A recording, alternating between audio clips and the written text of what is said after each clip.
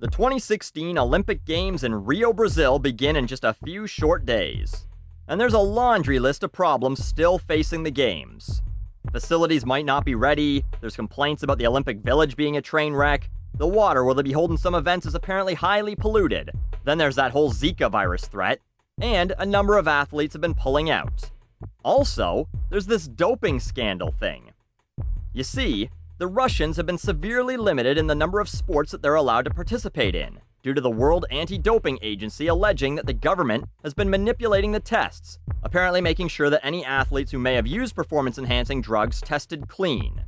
Now, I'm neither a member of WADA or a Russian, so I have no idea how much of this is true or how many athletes actually use the old PEDs. What I do know is true is that in an unrelated story, the UFC has had a number of problems with their athletes testing positive for drug use. Just before UFC 200 last month, John Jones tested positive for an estrogen blocker, and he was kicked off the card before it even happened. This was his second offense after being caught using cocaine in 2015. Then after the event, tests came back that showed Brock Lesnar had also been taking the same estrogen blocker. A second test apparently confirmed it. These issues are somewhat common, with the US Anti-Doping Agency handing out 7 other suspensions since the UFC started using this program in mid-2015. And of course, numerous ones before then. One could argue that, with probably hundreds of actual fights happening each year, 7 is pretty good. But that's just the people being caught. And that's just this sport. Hell, performance-enhancing drug use in sports is definitely not new. Ben Johnson getting his sprinting medals taken away in '88 for juicing. The baseball steroid scandals of the 90s and 2000s. And Lance Armstrong having his 7 Tour de France victories stripped due to blood doping allegations. Drug use among athletes is pretty common, no matter how you fucking dress it up. Organizations like the UFC spend millions to try and make sure their athletes are keeping clean. And no doubt athletes are spending money of their own trying to figure out how they can take drugs without getting caught. And I have a solution that'll save them both money.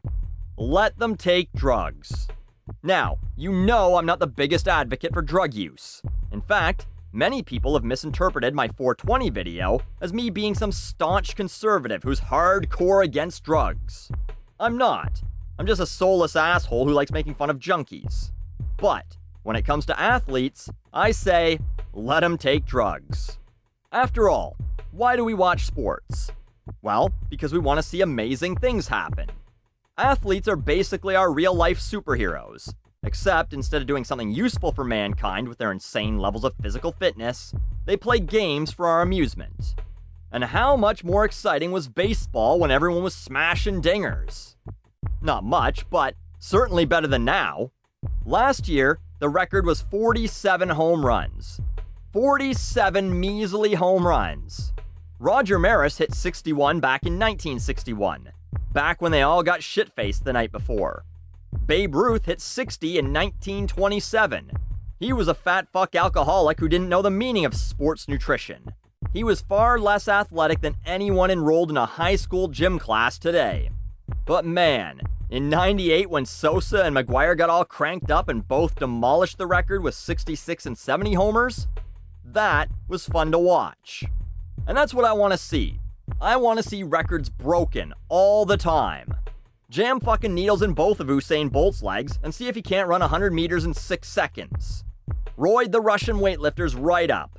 I want to see him clean and jerk half a ton. Let the cyclists in the Tour de France blood dope to their heart's content, or until their hearts explode.